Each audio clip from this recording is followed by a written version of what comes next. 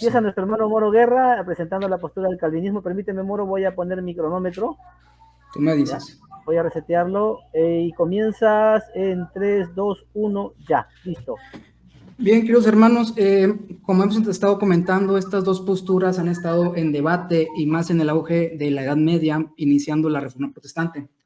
Ha habido discrepancias, ha habido guerras, incluso ha habido sínodos que han confirmado una cosa, tanto como la antítesis heréticas de ambos lados. Entonces, vamos a iniciar. Este canal se sostiene, hace interpretación a base de la sola escritura. La sola escritura, como bien entendemos, va a ser la explicación: Biblia, tradición y razón y experiencia, ¿ok? Voy a iniciar con nuestra fuente infalible de autoridad, ya que es la Biblia. Uno de los pasajes más citados a favor de esto es Juan 10, 27 al 30. Dice: mis ovejas escuchan mi voz, yo las conozco y ellas me siguen. Les doy vida eterna y nunca perecerán. Nadie puede quitármelas porque mi Padre me las ha dado y Él es más poderoso que todos. Aquí hago un énfasis: y Él es más poderoso que todos. Nadie puede quitarlas de la mano del Padre. El Padre y yo somos uno.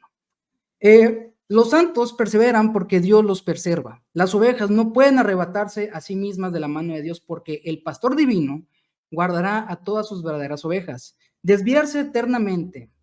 Las solemnes advertencias de las Escrituras en contra de la apostasía no tienen el fin de causar dudas sobre la perseverancia de Dios con aquellos a los que ha salvado. Punto número 1.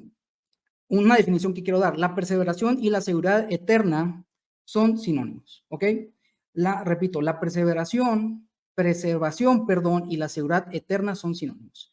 El tema de la seguridad eterna y los factores que lo rodean solo debe abordarse desde el enfoque de las Escrituras y no desde la experiencia personal o a partir de experiencia de otros, pues dado que la Escritura es regla infalible y primordial para todo cristiano, en ella expresa las verdades objetivas tanto para nuestra salvación, nuestras reglas de fe y moral, etc. Pues ciertamente existen testimonios anecdóticos de todo tipo, para cada secta, para cada religión falsa y rareza teológica. La idea fundamental sobre la perseveración o seguridad eterna gira en torno a la protección de Dios, y esto se llama, en palabras de Pedro, cuando éste se refiere a los verdaderos creyentes. Vamos a citar otro texto de las Escrituras. Dice, 1 de Pedro, capítulo 1, del 3 al 5, que toda alabanza sea para Dios, el Padre de nuestro Señor Jesucristo. Es por su gran misericordia que hemos nacido de nuevo. Y aquí hace referencia a lo que dice la carta de Éfeso, que nosotros fuimos predestinados no por las buenas obras que hacemos, sino por mero decreto de Dios. Porque Dios levantó a Jesucristo de los muertos, ya que sin esta creencia nuestra fe es vana, dice San Pablo. Ahora vivimos con gran expectación y tenemos una herencia que no tiene precio, una herencia que está reservada en el cielo para ustedes, pura y sin mancha, que no puede cambiar ni deteriorarse. Reitero, que no puede cambiar ni deteriorarse. Por la fe que tienen, Dios los protege con su poder hasta que reciban esta salvación. Ok, por la fe podemos citar, por ejemplo, Efesios 2:8, que dice que la fe es un don de Dios, un regalo de Dios, que nos da por mera gracia, que no tiene un mérito humano. Entonces, esa fe es la misma que Dios nos regala, pero no obstante, es la misma fe que Dios preserva para que logremos para lograr perseverar en el día final. Dios los protege con su poder hasta que reciban esta salvación, la cual está lista para ser revelada en el día final, al fin de que todos la vean.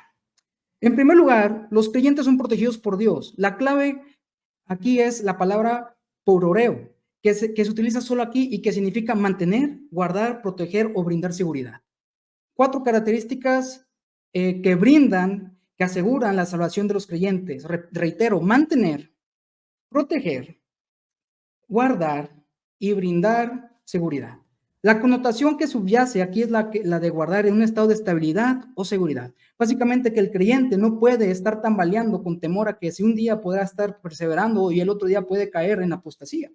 Por lo tanto, Dios mismo, para evitar este temor, bien dice la carta de San Juan, dice, el perfecto amor echa fuera todo temor. Entonces, el creyente, por tener este perfecto amor, no tiene temor alguno, ni siquiera a las vicisitudes de la vida, ni la apostasía, ya que Dios cuida de esto. Entonces, como el ser humano es necio por el pecado original, es necio, lo hemos visto en el Antiguo Testamento, incluso en el huerto del Edén, es necio y es obstinado a seguir la regla de Dios. Por lo tanto, Dios mismo a los creyentes, a sus ovejas, les pone estas 4 cláusulas: mantener, guardar, proteger y brindar seguridad. La connotación que subyace aquí es la de guardar en un estado de estabilidad o seguridad, reiterando. Y es el mismo Dios quien provee esa seguridad a través de su poder infinito, ya que Dios es omnipotente, omnisciente y omnipresente. Por lo tanto, su amor es una característica primordial de su poder. Y por lo tanto, como es todopoderoso, también su amor es infinito hacia sus ovejas y hacia sus hijos, que viene siendo el mismo término que se hace referencia a los creyentes. Ok. En segundo lugar, los creyentes son guardados a través de su fe y no independientemente de esta. La vida cristiana es una de fe, la cual comienza por la fe salvadora inicial y prosigue con una vida llena de fe que confía y provee santificación. No existe ningún tipo de seguridad en una mentalidad autocomplaciente o libertina. En tercer lugar, los creyentes son guardados hasta el día de la salvación final y no solo temporalmente o por un breve tiempo. Bien, entonces la seguridad que Dios nos entrega no es temporal ni por un tiempo, es eterna. En el Nuevo Testamento hace referencia mucho a la vida eterna, a la salvación eterna, a la expiación perfecta de nuestro Señor Jesucristo. La seguridad es incondicional, la vida eterna es genuina, es eterna. Bien. Hemos citado ya la Escritura, por lo tanto, como es regla infalible y autoridad primordial para todo creyente, también voy a citar la tradición de la Iglesia. Voy a citar, por ejemplo, el Tratado de San Agustino de la Perseverancia de los Santos. Y podemos citar también esta dogmática, esta soteriología que viene siendo más añadida, más estudiada a partir de la Reforma Protestante. Ok. La vida eterna, como reitero, es genuina y por lo tanto es eterna, es verdadera. Esta perseverancia inherente en el género humano también se vio trastocada por el momento de la caída, produciendo en nosotros persistencia hacia el mal y permanencia estoica hacia nuestros propios deseos, siempre y cuando no implique la voluntad de Dios. Y cito lo que decía el rey David en Salmos 12, pero lo voy a citar en el texto de Romanos 3:12, que hace una cita del apóstol Pablo. Dice, Romanos 3:12, todos se desviaron, todos se volvieron inútiles, no hay uno que haga lo bueno. Y puedo citar más el contexto de este pasaje, que, por ejemplo, que hablamos pestilencias, que sabemos que nuestro aliento huele como a tumba de un muerto. Por lo tanto, creemos a la luz de la Biblia que nuestra perseverancia en el caminar cristiano se debe total y absolutamente a la perseveración de Dios. Si de nosotros dependiera, mis hermanos, si de nosotros dependía, sin duda caeríamos de la gracia. Pero damos fe de que el que comenzó buena obra en nosotros la perfeccionará hasta el día de Cristo Jesús. Filipenses del 1 al 6. La doctrina de la perseverancia de los santos es sumamente importante dentro de la fe cristiana. Si bien es entendida, trae esperanza, consuelo ante los embates de la vida. La seguridad de la salvación y confianza en la victoria futura. Creemos que también en dicha doctrina enseña que la capacidad de los elegidos de mantenerse firmes en la profesión de su fe debe en su totalidad a un acto económico de la Santísima Trinidad, ya que nuestra salvación viene de nuestro Dios, pero como creemos en un Dios trino, en nuestra dogmática de cristiana creemos en el Padre, el Hijo y el Espíritu Santo. El Padre es el que elige y predestina a los que serán salvos. El Hijo carga con la ira de Dios en la cruz del Calvario. Es el que se convierte en el sumo sacerdote conforme al orden de Melquisedec y dejando a un lado el sacerdocio arónico, intercediendo a la diestra del Padre. Así proporciona para nosotros un nuevo pacto con Dios, citando la carta de los Hebreos, por medio de su sangre, e intercede de manera continua por nosotros. El sumo sacerdocio que está presente hoy, vigente para los cristianos, es eficaz y no es ineficaz, o no es, vamos a decirlo así, débil por el sumo sacerdocio que tenía el antiguo pacto del orden arónico. Tanto como dice la carta de los Hebreos, que Dios escoge de la debilidad del pueblo para traer a sus sumos sacerdotes, ahora tenemos un sumo sacerdote que es mismo Dios, que caminó entre nosotros, que entiende nuestras debilidades, que entiende nuestras deficiencias, pero no obstante, Él no cayó en pecado. Por lo tanto, si Él no cayó en pecado, es perfecto para aquel sacrificio y para aquella intercesión. Tanto que Él es como Él es el mismo sacrificio, por lo tanto, es el mismo sumo sacerdote, y por ende, nuestra salvación está plenamente segura a las manos de nuestro Señor Jesucristo, como dice en Juan 10, 27, 30. Y no perderé a ninguno de los que mi Padre me ha dado. Es el perfecto pastor, el perfecto sumo sacerdote. Y concluyendo esta idea con el Espíritu Santo, que es sellador, como dice la carta de los Efesios, ayudador, fuente de santificación y perseverancia de los elegidos. Aquí se ven las tres personas de la Divina Trinidad operando en la salvación de cada uno de los creyentes para vida eterna. Debemos entender que la base de la perseverancia, al igual que los demás puntos del TULIP, es la elección soberana de Dios. Esta elección es llevada a cabo por gracia, Efesios 2, 8 al 9, no por algo que el sujeto pueda ofrecer y merecer. Bueno, esto lo hemos comentado en un inicio. Hemos citado un poquito el TULIP, vamos a las confesiones. Confesión de Belga, artículo 16, elección eterna. Creemos que habiendo caído de toda descendencia de Adán en perdición y ruina por causa del pecado de nuestros primeros padres, dando a entender el pecado original, Dios se manifestó tal y como Él es decir, misericordioso y justo. Misericordioso porque libera y persevera de esta perdición a todos los que en Él, en su consejo eterno e inmutable, ojo con esta palabra, inmutable, ya que no cambia, tenemos un Dios que no cambia de opinión y que no cambia de parecer, por su pura bondad ha elegido a Cristo Jesús, Señor nuestro, sin considerar obras y justos al dejar a los otros en la caída y perdición en la que ellos mismos se han arrojado. Bien, Cánones de Dort, artículo 3, dice, a causa de estos restos de pecado que moran en ellos y también debido a las tentaciones del mundo y de Satanás, como dice Pablo en Romanos 7, que hay un remanente en el pecado, hay un remanente en el cuerpo de él, en la carne, por hacer lo que la carne le plazca, los convertidos no podrían perseverar firmemente en esa gracia si fueran abandonados, o con eso, abandonados sus propias fuerzas. Pero fiel es Dios, que misericordiamente los confirma en la gracia que ya les ha conferido y poderosamente los perseverará hasta el fin. Amén a eso. Así que no tienen todo esto por méritos o fuerzas, sino por la misericordia gratuita de Dios. De tal manera que ni caen de todo de la fe y de la gracia, ni permanecen hasta el fin en la caída, o se pierden. Lo cual, por lo que ellos dependen, no solo podrían ocurrir fácilmente, sino que realmente ocurriría. Pero por lo que respecta a Dios, no puede suceder de ninguna manera, por cuanto ni su consejo puede ser alterado, o con esto no puede ser alterado porque es inmutable, ni falla su promesa, porque él no es hombre ni hijo de hombre para mentir ni para estafar. Ni su promesa, ni falla su promesa, ni puede ser revocado su llamamiento conforme a su propósito, ni invalidos el mérito, la intercesión y la protección de Cristo, ni borrado el frustrado sello del Espíritu Santo. Bien. Artículo 10. Dice, en consecuencia, esta seguridad no proviene de ninguna revelación especial ocurrida sin la palabra o fuera de ella, sino de la fe en las promesas de Dios que Él, para consuelo nuestro, reveló abundantemente en su palabra, de que el Espíritu mismo da testimonio a nuestro espíritu de que somos hijos de Dios. Romanos 8, 16. Y yo le hago una pregunta aquí a mi hermano Sherlock.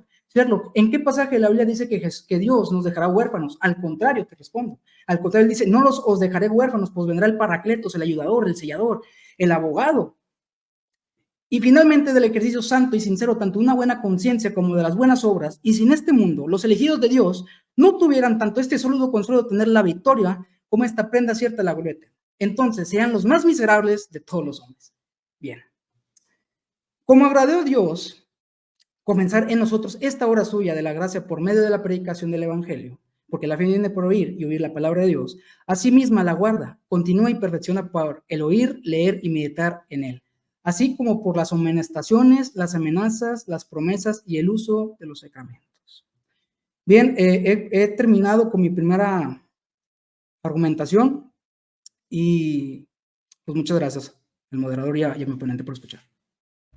Bien, amigo Moro, has ocupado 12 minutos, permíteme preparar, 12 minutos 50 segundos. ¿Has terminado? ¿Te queda todavía tiempo? 12 minutos 50 segundos. ¿Has terminado?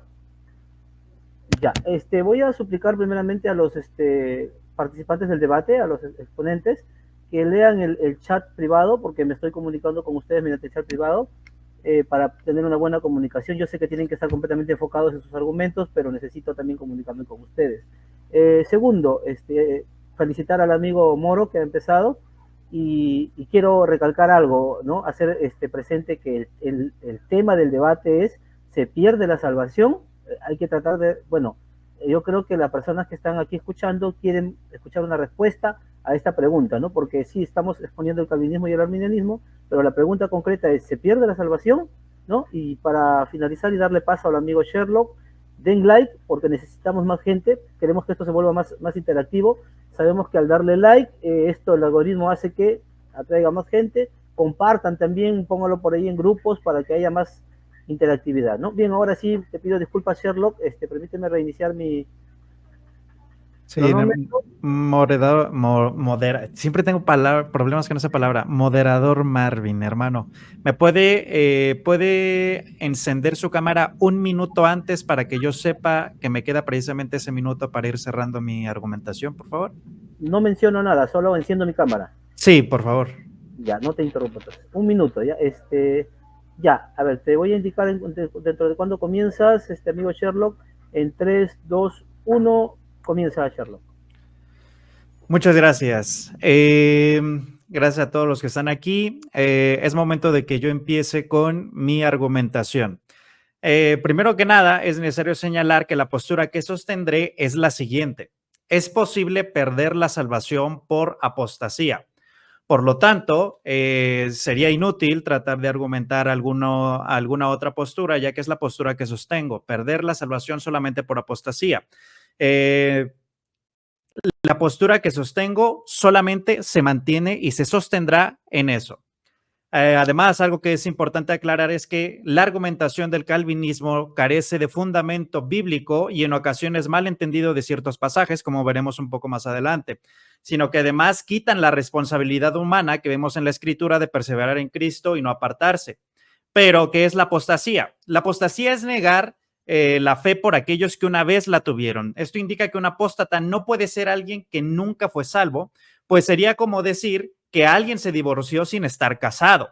Pues la misma definición nos indica que haber tenido el estado anterior para tener el estado actual. Por lo tanto, el apóstata es solamente aquel que fue salvo, así como un divorciado es aquel que estuvo casado. Y esto se confirma ya que en griego la palabra significa alejarse de, separarse de o desprenderse de. Para evitar cualquier duda al respecto, revisaremos que esta palabra aparece en Hechos 21:21, el cual dice lo siguiente. Se les ha contado acerca de ti, que enseñas a todos los judíos entre los gentiles que se aparten de Moisés, diciéndoles que no circunciden a sus hijos ni observen las tradiciones. Esta misma palabra que se traduce como aparten es la misma palabra apostasía en el griego. ¿Podemos acaso decir que aquellos que Pablo aparentemente les enseñaba a apartarse de Moisés nunca fueron judíos o nunca siguieron la ley ni observaron las tradiciones?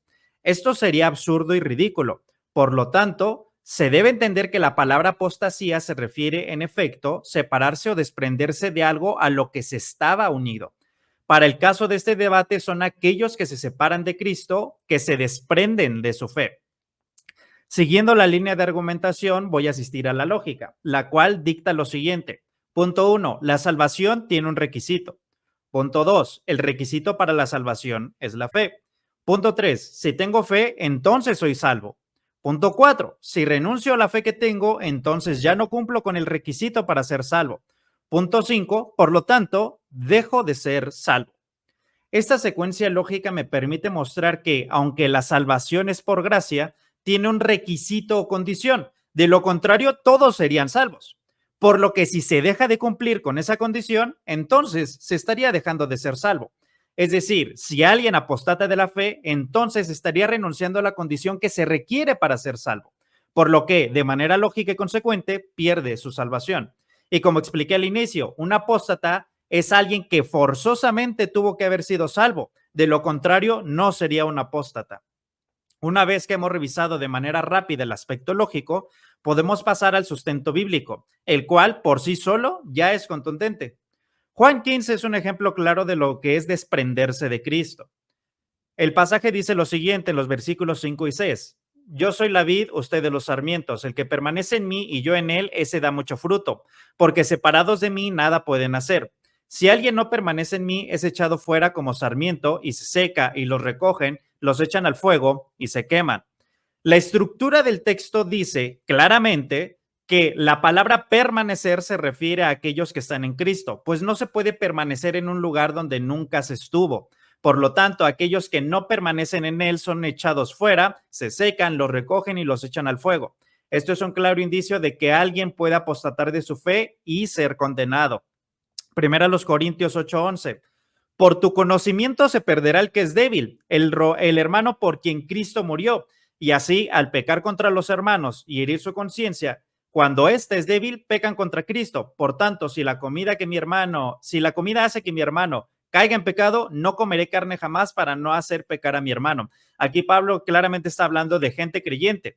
Por mi testimonio puedo hacer que un hermano caiga y se aparte, porque claramente Pablo dice, se perderá el que es débil, el que es hermano por quien Cristo murió. No está hablando de alguien que no es creyente. Pablo está claramente hablando de gente que es débil en la fe y que puede ser susceptible a cualquier cosa que pueda conflictuarlo dentro de su fe. Es la misma idea que podemos ver en Santiago 5, 19 al 20. Hermanos míos, si alguien de entre ustedes se extravía de la verdad y alguien lo hace volver, sepa que el que hace volver a un pecador del error de su camino salvará su alma de muerte y cubrirá multitud de pecados. Aquí no está hablando de una estructura gramatical en el sentido de, no está hablando de un no creyente, no. Claramente está hablando Santiago a gente creyente, está hablando a personas que son salvas. Y el lenguaje que utiliza, salvará su alma de muerte, no está hablando simplemente de que se apartó, sino está hablando de una condición en la que su alma está en riesgo. No utilizaría este lenguaje si no existiera tal riesgo para la salvación del hermano. En 1 Corintios 9:26 podemos ver también lo siguiente. Por tanto, yo de esta manera corro, no como sin tener meta. De esta manera peleo, no como dando golpes al aire, sino que golpeo mi cuerpo y lo hago mi esclavo. No sea que habiendo predicado a otros, yo mismo sea descalificado. ¿A qué se refiere con ser descalificado Pablo? No habla del ministerio, porque está hablando precisamente del premio supremo. Está hablando de la carrera en sí. Entonces, la conclusión y lo que trata de dar a entender Pablo es que si él no se somete a lo que debe de hacer, si él no somete su cuerpo a la voluntad de Dios, si no él no permanece en la carrera, entonces él mismo podría ser descalificado. También podemos ver en 1 Corintios 5, 1 al 2. Ahora les hago saber, hermanos, el evangelio que les prediqué, el cual ustedes también recibieron, en el cual también están firmes, por el cual también son salvos, si retienen la palabra que les prediqué, a no ser que hayan creído en vano. Aquí lo que Pablo está diciendo es, son salvos si retienen la palabra que él predicó, es decir, el verdadero evangelio y no se apartan de él. Y es lo que vemos en el contexto de Gálatas, de 1 Corintios, perdón. ¿Esto qué significa? Obviamente somos salvos si retenemos la palabra. No podemos negar el evangelio. ¿Por qué? Porque si negamos el evangelio, entonces estaríamos creyendo un evangelio diferente. Y si lo creemos, por lo tanto, estaríamos creyendo en algo falso y por lo tanto, nuestra alma estaría en riesgo. Es por eso que es enfático en lo que dice Pablo, el cual también ustedes recibieron, en el cual también están firmes. Habla de firmeza, habla de mantenerse, por el cual también son salvos, si retienen la palabra. En 1 Timoteo 1, 18 al 20.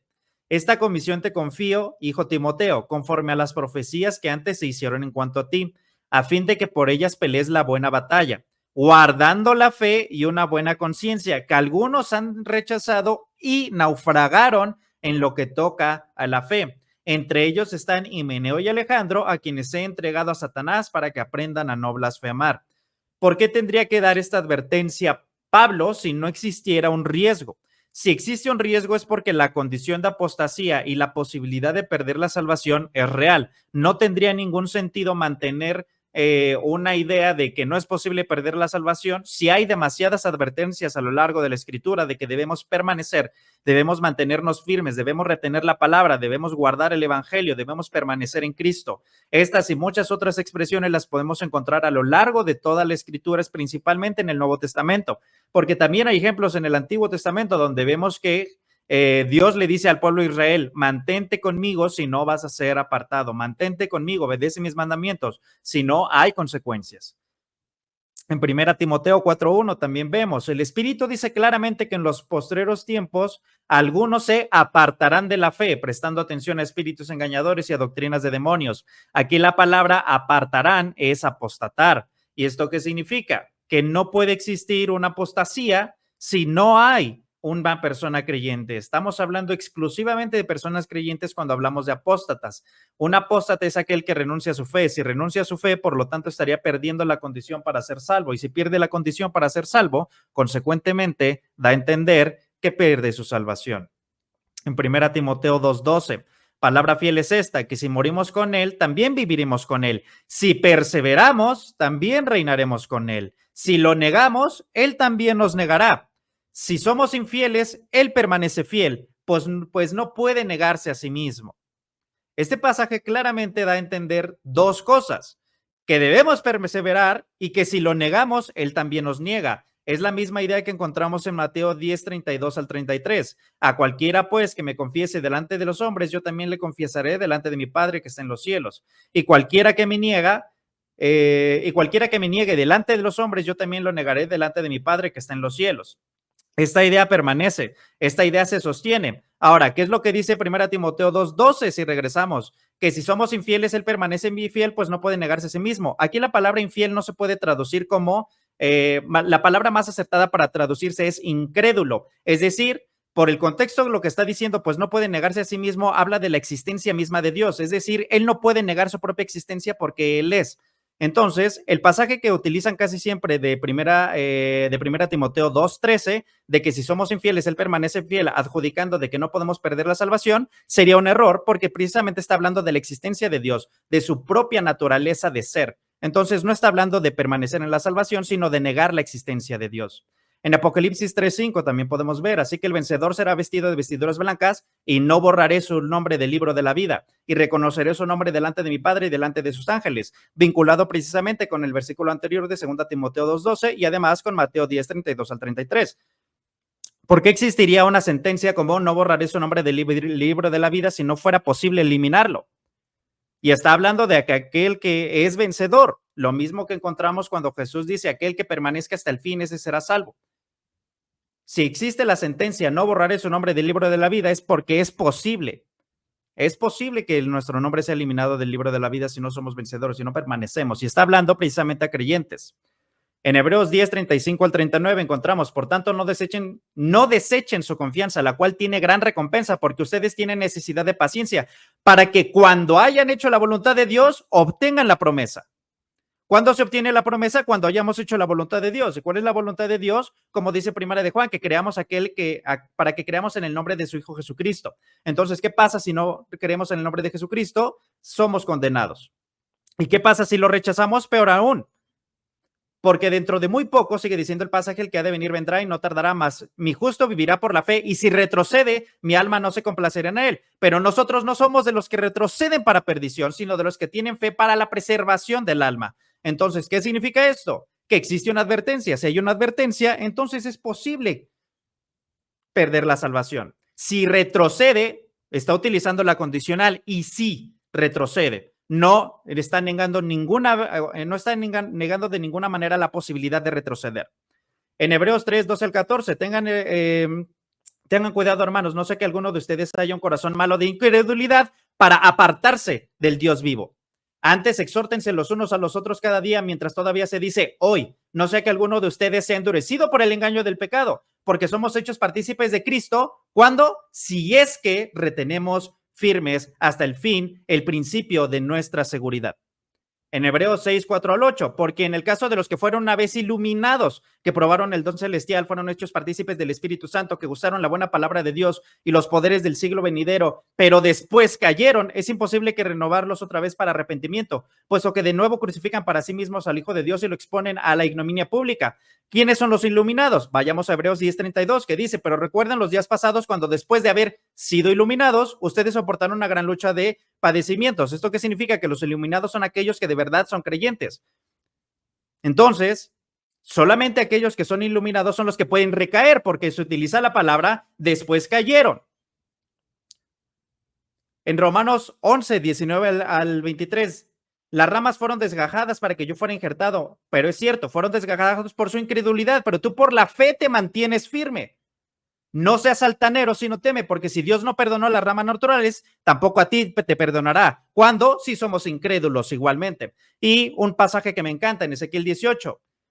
Ninguna de las transgresiones que ha cometido le serán recordadas, por la justicia que ha practicado vivirá. ¿Acaso me complazco yo con la muerte del impío, declara el Señor Dios, y no en que se aparten de sus caminos y viva? Pero si el justo se aparta de su justicia y comete iniquidad, actuando conforme a todas las abominaciones que comete el impío, vivirá. De ninguna de las obras justas que ha hecho le serán recordadas. Por la infidelidad que ha cometido y el pecado que ha cometido, por ellos morirá. Con estos pasajes lo que tenemos es respaldo bíblico suficiente para sostener que un creyente puede perder su salvación. La posibilidad de apostasía es real y tanto la escritura como la lógica basada en la escritura nos dice que es posible. Y esto no invalida las promesas de Dios, al contrario. ¿Por qué? Porque las promesas de Dios son para todo aquel que cree. Entonces, si alguien posteriormente rechaza el evangelio y niega la fe que había tenido una vez, entonces está condenado porque no cree en aquel que lo envió. La promesa es para aquel que cree, no para aquellos que se apartan y son infieles. Por lo tanto, es posible perder la salvación.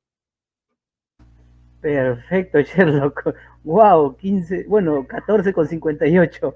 Bueno, quiero resaltar algo, hermanos, que si da la impresión de que el hermano Sherlock ha tenido más tiempo, no es porque haya sido parcial, sino que recordemos que el hermano Moro tomó menos tiempo, yo lo recalqué, ¿no? Él ocupó yo le recalqué el tiempo que él había tomado en su discurso. Entonces no nos llevemos la sensación de repente de que el hermano Sherlock ha tenido más tiempo. Él ha ocupado sus 15 minutos completamente, ¿no? Otra cosa que quiero resaltar, que hay mucho respeto entre los dos expositores, se nota que son amigos claramente, y ahora viene el tiempo más picante, que es el tiempo de la refutación, para lo cual yo quiero pedirles por favor a los dos que conserven ese respeto, ataquen los argumentos, evitemos los ad hominem, ¿no? Y yo creo que esta refutación tal vez sea lo más edificante o lo más jugoso que podamos sacar de este debate, ¿no? Nuevamente también, para finalizar mi participación en este momento, decirles, por favor, hermanos, somos más de 80 personas, hay muy pocos likes, por favor, seamos más justos con los likes, hermanos. Bien, comienza, si no me equivoco, tocaría la refutación del hermano Moro, ¿no? Y si no me equivoco, déjame revisar el chat privado, son 10 minutos de refutación de parte del hermano Moro. Permíteme reiniciar el cronómetro. Hermano Moro, ¿todo listo? Confírmame que estás listo para tu refutación. Tu audio, todo, confírmame que estás listo, por favor. Listo. Ya, yo te doy la señal. Comienzas tu tiempo de refutación, hermano Moro, en 3, 2, 1, listo. Bien, le quiero agradecer por el excelente trabajo que está haciendo el moderador y quiero agradecerle a Sherlock por tener argumentos de peso.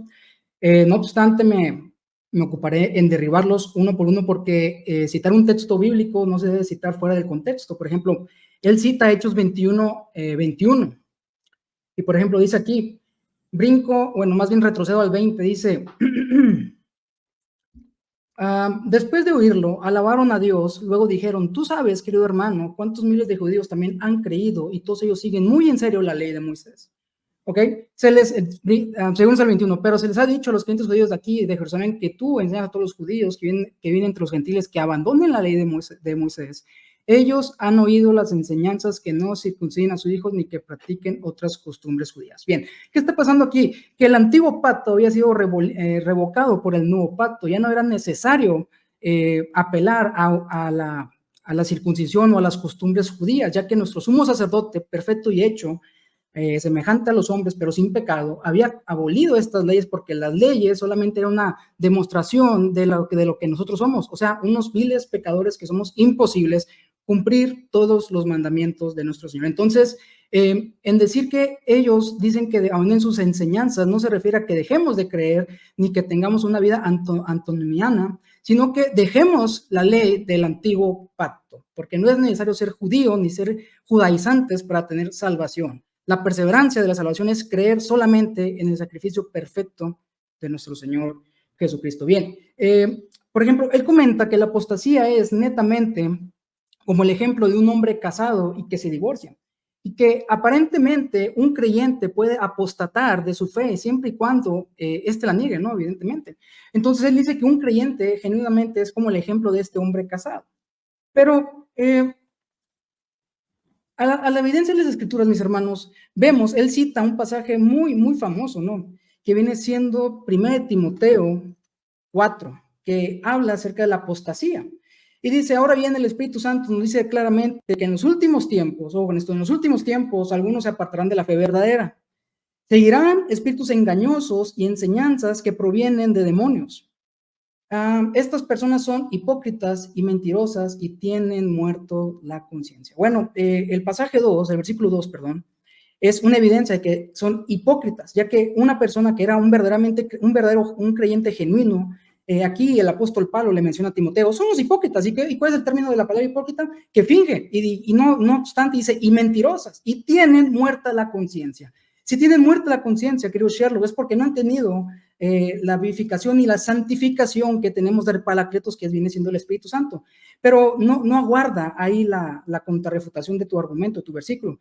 Vamos a 2 Tesalonicenses, capítulo 2, versículo del 9 al 14. Dice: queridos hijos, llegó la última hora. Ustedes han oído que el anticristo viene y ya han surgido muchos anticristos. Por eso sabemos que la última hora ha llegado. Esas personas salieron de nuestras iglesias, pero en realidad nunca fueron parte de nosotros. De haber sido así, se habrían quedado con nosotros. Perdón, me equivoqué de pasaje. Al irse se demostraron que no eran parte de nosotros. Esta es primera carta de Juan, versículo del 18 al 20, pero prosigo. Pero ustedes no son así porque el Santo les ha dado su espíritu y ustedes conocen la verdad. Así que les escribo no porque conozcan la verdad, sino porque conocen la diferencia, o con esto, la diferencia entre la verdad y la mentira. ¿Y quién es un mentiroso? El que dice que Jesús no es el Cristo y que niega al Padre y al Hijo es un anticristo. El que niega al Hijo tampoco tiene al Padre, pero el que confiesa al Hijo tiene al Padre también. Por lo tanto, ustedes deben seguir fieles a lo que se les ha enseñado desde el principio. Si lo hacen, permanecerán en comunión con el Hijo y con el Padre, y esta comunión disfrutamos de la vida eterna que Él nos prometió. Esta predicción empieza a cumplirse en la época del Nuevo Testamento con aquellos que negaban al Padre y al Hijo y abandonaron la iglesia para propagar falsas enseñanzas. Su negación del Hijo fue un rechazo al Padre que lo envió. En contraste, los creyentes tienen una unción del Espíritu Santo que abre corazones y mentes para conocer y creer la verdad que salva. Y vamos otra vez a leer 1 Timoteo 4. Ahora bien, el Espíritu Santo dice claramente que en los últimos tiempos algunos se apartarán de la fe verdadera. Seguirán espíritus engañosos y enseñanzas que provienen de demonios. Y concluimos con lo que hemos reiterado. Estas personas son hipócritas y mentirosas que tienen la conciencia muerta, contradiciendo lo que dice, no contradiciendo, más bien enseñando y reafirmando que dice Juan, que los que salieron de nosotros era porque no eran de nosotros. Entonces, el Espíritu Santo, mis queridos hermanos, es el mejor maestro y permanecerá con los creyentes siempre y los protegerá de las falsedades que de otras formas los alejarían de Cristo, tanto como la reivindicación de la incredulidad a la credibilidad, tanto como la contrición del pecado, ¿no? El verdadero arrepentimiento. El Espíritu Santo permanece ahí donde el mensaje del Evangelio es recibido. Y donde está el Espíritu, el Padre y el Hijo también están presentes. Y voy a citar 1 Corintios 6, dice, donde está el Espíritu del Señor, ¿hay qué? Hay libertad, ¿verdad? Ok, vamos a citar ahora sí la carta de los tesalonicenses. Nada más que, ok, aquí lo tengo. Dice 2 Tesalonicenses capítulo 2, versículo 9 al 14, inicuo, cuya venida es conforme a la actividad de Satanás con todo poder y señales, y prodigiosos mentirosos, y con todo ello de iniquidad para que los que se pierden, porque no recibieron el amor de la verdad para ser salvos. Reitero otra vez, porque no recibieron el amor de la verdad para ser salvos. ¿Quiénes son los que apostatan? Los cabríos. ¿Quiénes son los que apostatan? Los supuestamente creyentes que solamente van y llenan una butaca a la iglesia. Pero a los verdaderos creyentes, como dice aquí en Tesalonicenses, porque no recibieron el amor de la verdad para ser salvos, esos son los apóstatas. Y los verdaderos creyentes tienen el verdadero amor. Y vamos a estar un poquito lo que dice Juan, que no tiene nada que ver con el tema, pero lo que quiero hacer mención es que aquel que dice que ama a Dios para aborrecer su hermano es un mentiroso. Entonces, una de las evidencias claramente es el fruto de la vida del cristiano. Por esto Dios les enviará un poder engañoso para que crean en la mentira, a fin de que sean juzgados todos los que no creyeron en la verdad, sino que se complacieron en la iniquidad. Pero nosotros siempre tenemos que dar gracias a Dios por nosotros siempre tenemos que dar gracias a Dios por vosotros, hermanos amados, porque el Señor, por Dios, os ha escogido desde el principio, que habla otro punto del Tulismo, que es la expiación limitada, para salvación mediante la santificación por el Espíritu y la fe en la verdad. Aquí está claramente, Sherlock y audiencia que está escuchando esto, que de quién proviene, quién nos hace aceptar la fe verdadera, el Espíritu Santo. Y por lo tanto, si hay un espíritu de engaño que mora en un creyente, entonces deja de decirte algo, no había un sello del Espíritu Santo como atestigua en la carta de los Efesios, no teníamos las arras de la salvación, no éramos ovejas de Cristo. ¿Por qué? Porque el Espíritu Santo, y aquí hizo Tesalonicenses, da santificación por el Espíritu y la fe en la verdad. Y si es dada por Dios, por no obstante, no se puede perder y no puede hacer responsabilidad al ser humano por no tenerla, más bien nunca la tuvo y no puede estar sostenida por el ser humano porque vemos desde el Antiguo Testamento hasta el Nuevo Testamento que todos los hombres, los verdaderos creyentes son los que permanecieron. Vemos, por ejemplo, David, vemos incluso Salomón que apostató con dioses paganos a causa de sus esposas, ¿no? Pero aún así, como hubo la promesa de Dios de perseverar la generación de David, por lo tanto llegó el arrepentimiento del rey Salomón, a diferencia del rey Saúl, que el rey Saúl cayó en terribles pecados. Pero no obstante, él no era llamado conforme al corazón de Dios, él fue llamado conforme al pueblo. Bien, así que, y fue para esto que os llamo mediante nuestro evangelio para que alcancéis la gloria de nuestro Señor Jesucristo. Aquí la lógica de Pablo, aquí la lógica de Pablo anticipa su argumento en la epístola posterior de los Romanos, en Romanos 1, versículo del 20 al 28, que la humanidad pecadora, ansiosa por abrazar la mentira, será juzgada por Dios a través de entregarlos a una mente corrupta y engañosa. Su castigo es que Dios les conceda su deseo de evadir la verdad. Morador, no sé cuánto tiempo me queda. Te quedan todavía un minuto. Ahora voy a meterle nitro, Pato. El autor de Hebreos le escribió a la diáspora. Bueno, mi hermano Charlo, primero que antes que nada, mencionó a los hebreos. El autor de Hebreos, que no sabe quién es, unos atribuyen a Pablo, otros atribuyen a Bernabé, fue escrita conforme a la muerte de su líder Santiago. Y la diáspora judía no tenía madurez espiritual ni doctrinal. Es claro por la evidencia escritural que se hace mención del sacrificio de cabrillos, de sangre, del tabernáculo, del sacerdocio arónico, que no estaban a fondo de la doctrina de Cristo. Seguían en un judaísmo y en un cristianismo infantil, como una mezcla de entre los dos. Además, estaban sufriendo persecución, buscaban escapar por sus vidas, ya que la persecución había iniciado en Jerusalén. Los demás judíos no creyentes les recomendaban negar a Cristo. Renunciar a Cristo era en esos tiempos era como decir anatema a Cristo. ¿Y quién dice que es anatema a Cristo? Como dice San Pablo en Corintios, el que no tiene el Espíritu. El que no tiene el Espíritu. Nadie puede decir anatema a Cristo si tiene el Espíritu. Al contrario, el que no tenga el Espíritu dice anatema a Cristo. Les escribe esto. Tiempo, hermanito, tiempo. No sé si Sherlock desea que termine la idea. Que termine su idea. Ya, que termine la idea. Termina, por favor, muchas gracias, hermano. Muchas gracias, Sherlock. Muchas gracias, moderador. Le escribo esto a las exhortaciones a que no lo hagan y que profundicen en la doctrina en que Cristo es superior a todos. En ese momento estaban siendo todavía seducidos por doctrina de ángeles, ya que en Hebreos capítulo 1 dice alusión a los ángeles, ¿no? Pero menciona el mismo escritor de Hebreos que Cristo es mayor que los ángeles. Al sacerdocio arónico, ya que menciona que es el perfecto sumo sacerdote y que no tiene mancha. Al tabernáculo, a la sangre de animales, ya que también dice que por una vez hecho los sacrificios, ha hecho perfectamente a los santificados, Hebreos 10. Si ustedes pecan deliberadamente, negando a Cristo, ojo con esto, negando a Cristo, ya no quedan más sacrificios por pecado. El único sacrificio que quita el pecado es el de Cristo y ustedes lo van a desechar. Pero se les persuade a que no hagan esto. Mire, y voy a finalizar con esto. Con esto. Dice Hebreos 6:9, pero en cuanto a vosotros... Vamos a acelerar ya, por favor. Ya voy a terminar. Pero en cuanto a vosotros, amados, aunque hablemos de esta manera, estamos persuadidos de las cosas que son mejores y que pertenecen, ¿qué dice aquí? Estamos persuadidos de las cosas que son mejores y que pertenecen a la salvación. Hebreos 10:39, y lo mencionó mi hermano, pero nosotros no somos de los que retroceden para perdición, sino los que tienen fe para perseveración del alma. ¿Cuál es la perseveración del alma? Que tengamos fe. Bien. Y finalizando, Hebreos 10:14, porque una ofrenda ha hecho perfecto para siempre a los santificados. Bien, excelente, hermanito Moro. Bueno, tratemos de ser concisos, tratemos de quedar en el tiempo, pero lo bueno, como son amigos, se han podido también ceder esto y hay que entender que una idea, pues, se tiene que poder desarrollar para poderla entender, ¿no? Sí, vamos a tratar de avanzar el tiempo porque también viene una contrarrefutación, así que hay que avanzar. Hermano Sherlock, permíteme, por favor, reiniciar mi cronómetro un momento.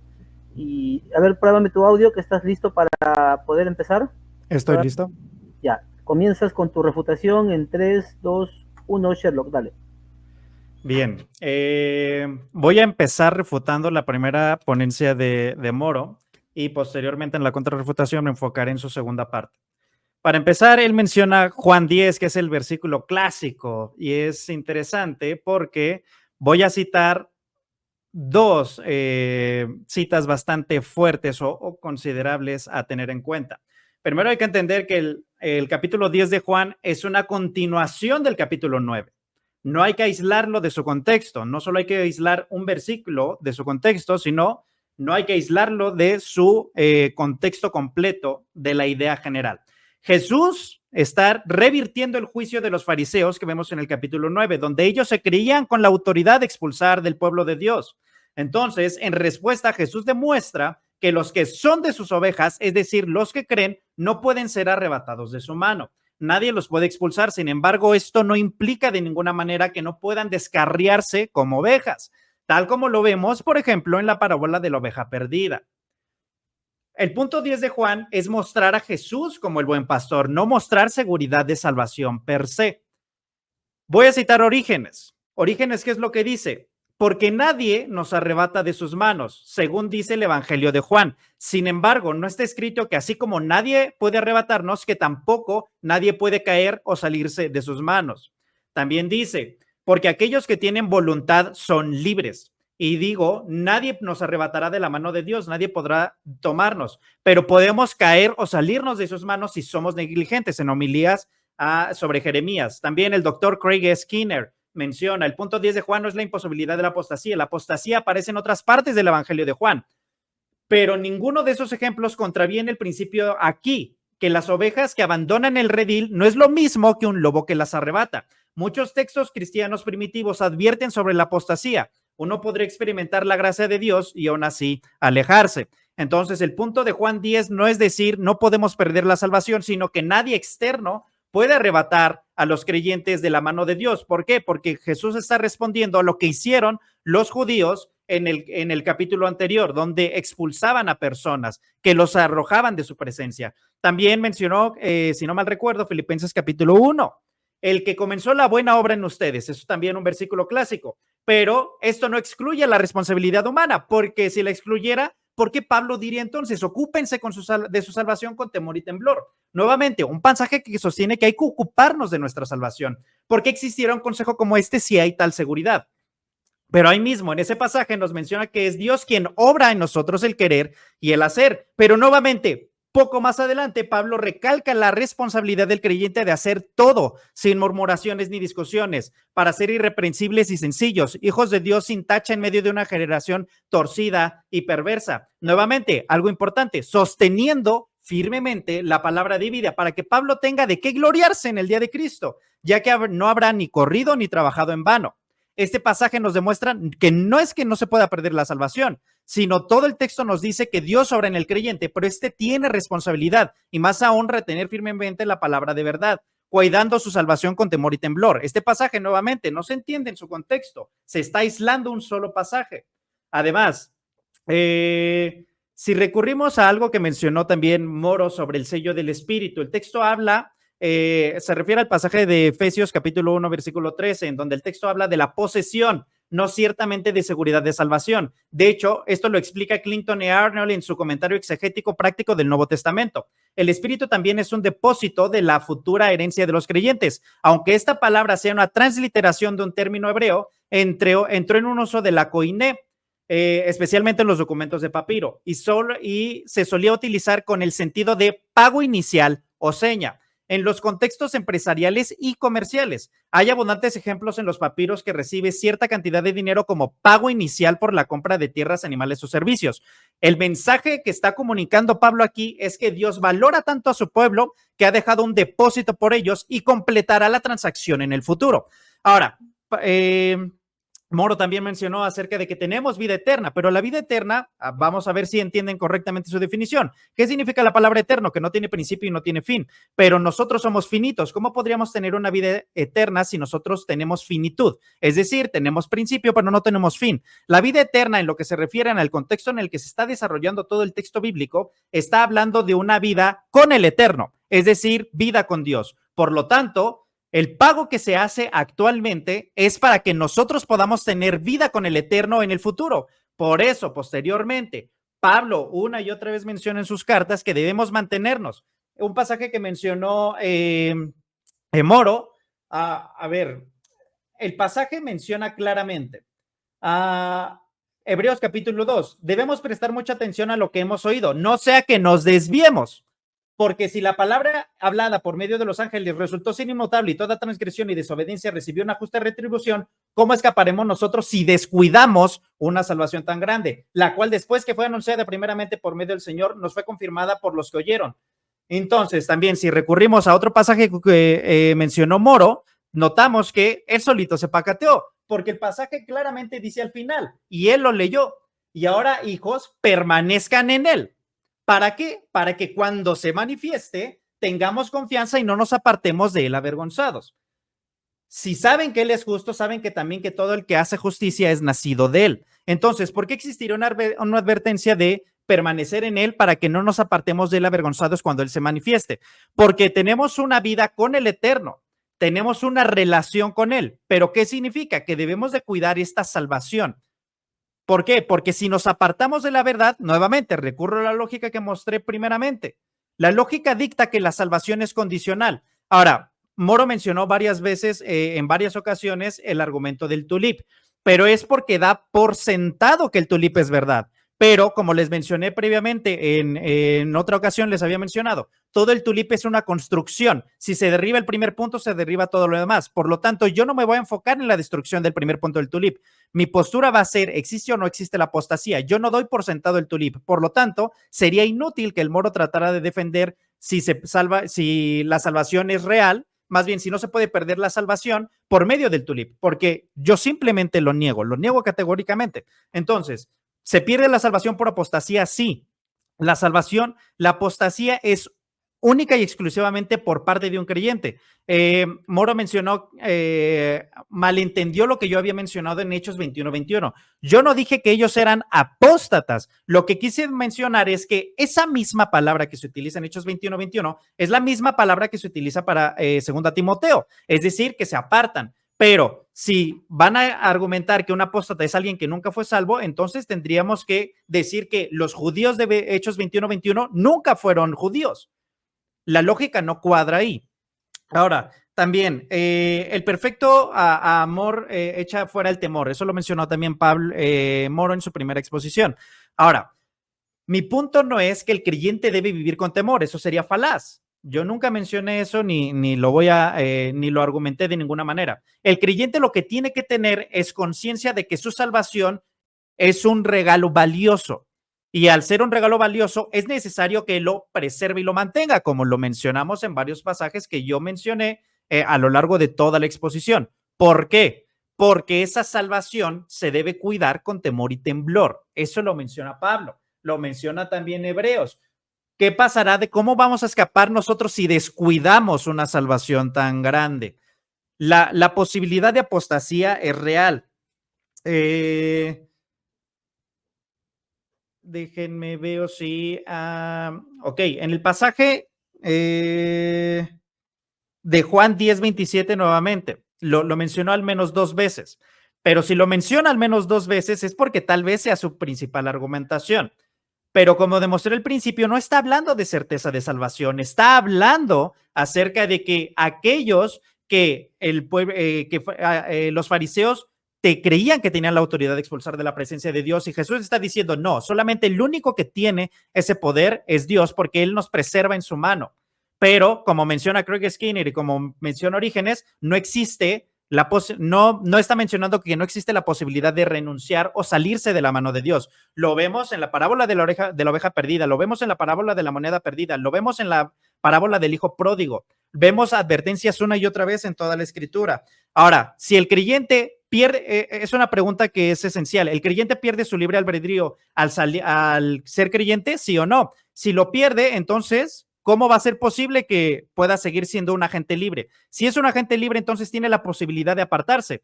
Pero, nuevamente, toda la argumentación del calvinismo se sostiene sobre el tulip, en donde dicen que la salvación proviene de Dios por medio de la fe, pero el pasaje de Efesios nunca menciona eso. El pasaje de Efesios está diciendo que todo el sistema sobre el cual se estructura la argumentación y el regalo de salvación es un sistema, no que la salvación, no que la fe provenga de Dios. ¿Terminaste la idea? Sí. ¿Terminaste la idea? Sí. Bien, hermanos, esto estuvo muy bonito. Ahora vienen 5 minutos de contrarrefutación, en lo cual yo quiero recalcar algo. Tanto de parte del hermano Moro como de parte del hermano Sherlock, he podido escuchar que se han hecho preguntas. que quisiera pues que cada uno de ustedes, porque ustedes son los exponentes, respondan, ataquen a las preguntas que se están haciendo, porque yo creo que eso va a ser muy fructífero para todos, ¿no? Entonces, tenemos ahora la contrarrefutación del hermano Moro. Permíteme, por favor, reiniciar mi cronómetro. Hermano Moro, por favor, pruébame tu audio. ¿Está todo bien? Deme 10 segunditos, por favor. Estoy acá aquí Claro, unos claro. minutitos. Tómate tu tiempo. Mientras eso, no se olviden dar like, compartan. La verdad, yo estoy muy contento de todo esto, de verdad, participar, de poder apoyarles. Híjoles, listo, hermano. Ya. Permiso, ok. Yo te aviso. Comienzas con 5 minutos, no te olvides. 5 minutos de contrarrefutación en 3, 2, 1, ya, comienzas. Bueno, son solamente 5 minutos y quizá borrar todos los temas que acotejó mi hermano, pero bueno, evidentemente por el tiempo y no creo que me pase lo que pasó en las experiencias pasadas. Dice que Juan 10 es la continuación del 9. Ok, vamos rapidito a Juan 10. Dice en el 8, todos los que vinieron antes que yo eran ladrones y bandidos, pero las verdaderas ovejas no los escucharon. Yo soy la puerta, los que entran a través de mí serán salvos. O sea, es una afirmación que el buen pastor da. Entrarán y saldrán libremente y encontrarán buenos pastos. El propósito del ladrón es robar, matar y destruir, y mi propósito es darles una vida plena y abundante. Yo soy el buen pastor da su vida en sacrificio por las ovejas, el que trabaja a sueldo sale corriendo cuando ve que se acerca un lobo. Él menciona un lobo que puede dispersar las ovejas, abandona las ovejas, porque no son suyas, y él no es su pastor. Entonces el lobo ataca el rebaño y los dispersa. ¿Por qué? Porque no tienen un pastor, no tiene el pastor Jesucristo. El cuidador contraataca, sale corriendo porque trabaja solamente por el dinero y en realidad no le importan las ovejas. Yo soy el buen pastor, conozco mis ovejas y ellas me conocen a mí. Bueno, con este pasaje refuta la idea de Sherlock de que un lobo puede dispersar a las ovejas. Mencionó las 3 parábolas hermosas de Lucas 15, las 3 parábolas hermosísimas de Lucas 15, y le doy gracias por mencionarlas. ¿Por qué? Porque tanto la moneda, tanto la oveja y tanto el hijo eran perdidos, mas no eran condenados a muerte. Y esto refuta la idea de la pérdida de la salvación, porque el calvinismo no niega que el hombre o que la mujer o que el Hijo de Dios pueda caer en pecados graves en el punto que pueda contristar al Espíritu Santo, sino que todo lo contrario, podemos caer en una apatía espiritual, pero jamás perdernos. Y que mencione Cherno, en cuál de las 3 parábolas se menciona que se perdió la moneda, que se menciona que se perdió la oveja o que se menciona que se perdió el Hijo eternamente. En ninguna, en las 3 parábolas se mencionan que las encontraron y que hicieron grande fiesta en el cielo. Amén a eso. Gracias, Sherlock, por mencionarlo. Ninguna de las 3 se perdió. Voy a citar rapidísimo, se me olvidó mencionar, la postura anterior de Sherlock, decía, según Timoteo 2, dice, la siguiente, la creación es digna de confianza. Si morimos con él, también viviremos con él. Si soportamos privaciones, reinaremos con él. Si lo negamos, él nos negará. Si somos infieles, él permanece fiel, pues él no puede negar quién es. Esta es una estrofa, pero a mí me encanta que si somos infieles, él permanece fiel. Y esto, pues él dice, pues él nos puede negarse quién es. En cambio, vemos la historia del apóstol Pedro, que él dice, Satanás ha pedido permiso para ascenderte, pero no tengas miedo. Yo estaré intercediendo por ti ante el Padre. Es la perfecta ejemplificación del buen pastor y del sumo sacerdocio.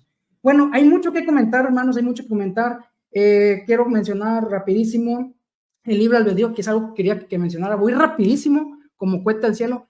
Jonathan Edwards, en su obra La libertad de la voluntad, define la voluntad como aquello por la cual la mente elige. Tenemos que preguntar, ¿libertad para hacer qué? Incluso el calvinista más apasionado encajaría que la voluntad es libre para elegir lo que desea. En cambio, en cuanto a salvación, la pregunta que surge es, ¿qué es lo que desean los seres humanos? El arminiano cree que algunos desean arrepentirse y ser salvos, y otros desean huir de Dios y con ello cosechar la condenación eterna. El arminiano nunca deja claro por qué las personas tienen deseos diferentes. El calvinista, a lo contrario, sostiene que todos los seres humanos desean huir de Dios. ¿Por qué? Por el pecado original, por Romanos 3, por Salmos 12 y por más testimonios bíblicos. Mientras el Espíritu Santo no realice una obra regenerativa.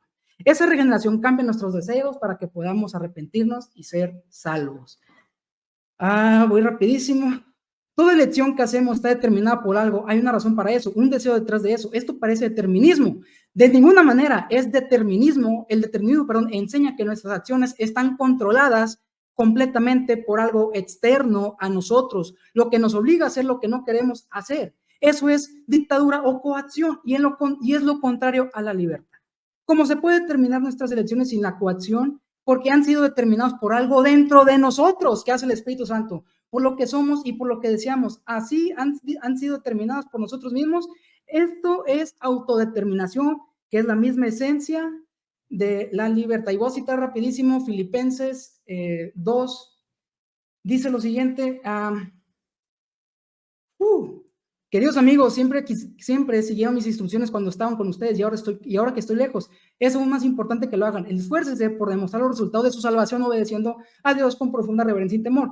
Pues Dios trabaja en ustedes y les da el deseo y el poder para que lo hagan lo que Él le agrada.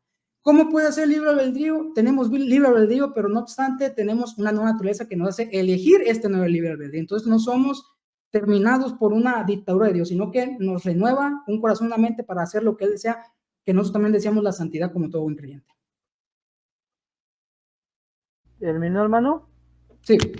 Ya bueno, le quedaban todavía 9 segundos. Bien, sí, cálmese un poquito, respire porque ha tratado de correr bastante. Bien, hermano Sherlock, pruébeme su audio, por favor, para empezar con sus 5 minutos de contrarrefutación. Pruébeme su audio. Sí, nada más, denme 10 segunditos, porfa. Ahora están 10 segunderos ambos. Respire, hermano Moro. Bien, qué gusto, está muy bonito el debate, está muy interesante. Y algo que quiero recalcar, los dos no se han faltado al respeto hasta ahora, no haya domines, está todo muy bien, me da mucho gusto y quiero felicitar a ambos exponentes. ¿Está listo, hermano Sherlock? Claro que sí. Ya, yo te doy la orden, comienzas con tus 5 minutos, no te olvides, 5 minutos de contrarrefutación, comienzas en 3, 2, 1, ya. Muy bien, la parte de Juan 10 que mencionó Moro, veo que el punto no está claro. A ver, el punto de Juan 10 es mostrar a Jesús como el buen pastor. La estructura de todo el contexto nos indica que forzosamente todo el contexto en el que se está desarrollando es que Jesús está respondiendo a la actitud de los fariseos, los cuales dentro del contexto son ese ladrón. No se está refiriendo a Satanás, en el contexto está hablando sobre los fariseos. Pero, ¿qué es lo que dice? Moro lo mencionó excelentemente. Dice, ¿quiénes son los que son los salvos? Los que entran por la puerta. Es decir, voluntad. Nunca menciona que pierden su libertad. Simplemente Jesús menciona que aquellos que están en él son aquellos que son preservados en la mano. Y eso lo vemos posteriormente en Juan 15. El mismo Juan, en el Evangelio de Juan, en Juan capítulo 15, menciona que aquel que no permanece en él es cortado, echado fuera y arrojado al fuego. En cuanto a... Mencionó también en algún punto que no salieron de nosotros, pero no eran de nosotros. Ese no es el punto. No estamos hablando de aquellos que fingieron. Estamos hablando de aquellos que sí fueron. Nuevamente, la apostasía solamente habla acerca de aquellos que sí fueron salvos. ¿Ok? Solamente. ¿Por qué? Por el contexto de la palabra y además la definición etimológica de la misma. Me dio gusto que Moro acudiera a Lucas capítulo 15, porque él dice, nunca se perdieron, pero vamos a ver qué dice respecto al hijo pródigo. Respecto al hijo pródigo, dice lo siguiente, Lucas capítulo 15, versículo 31 y 32. Y su padre le dijo, hijo mío, tú siempre has estado conmigo y todo lo mío es tuyo, pero era necesario hacer fiesta y regocijarnos. ¿Por qué? Porque tu hermano que estaba muerto y ya ha vuelto a la vida, estaba perdido y fue hallado. ¿Qué significa? Tuvo una condición previa, es decir, estaba, no que nunca fue hijo.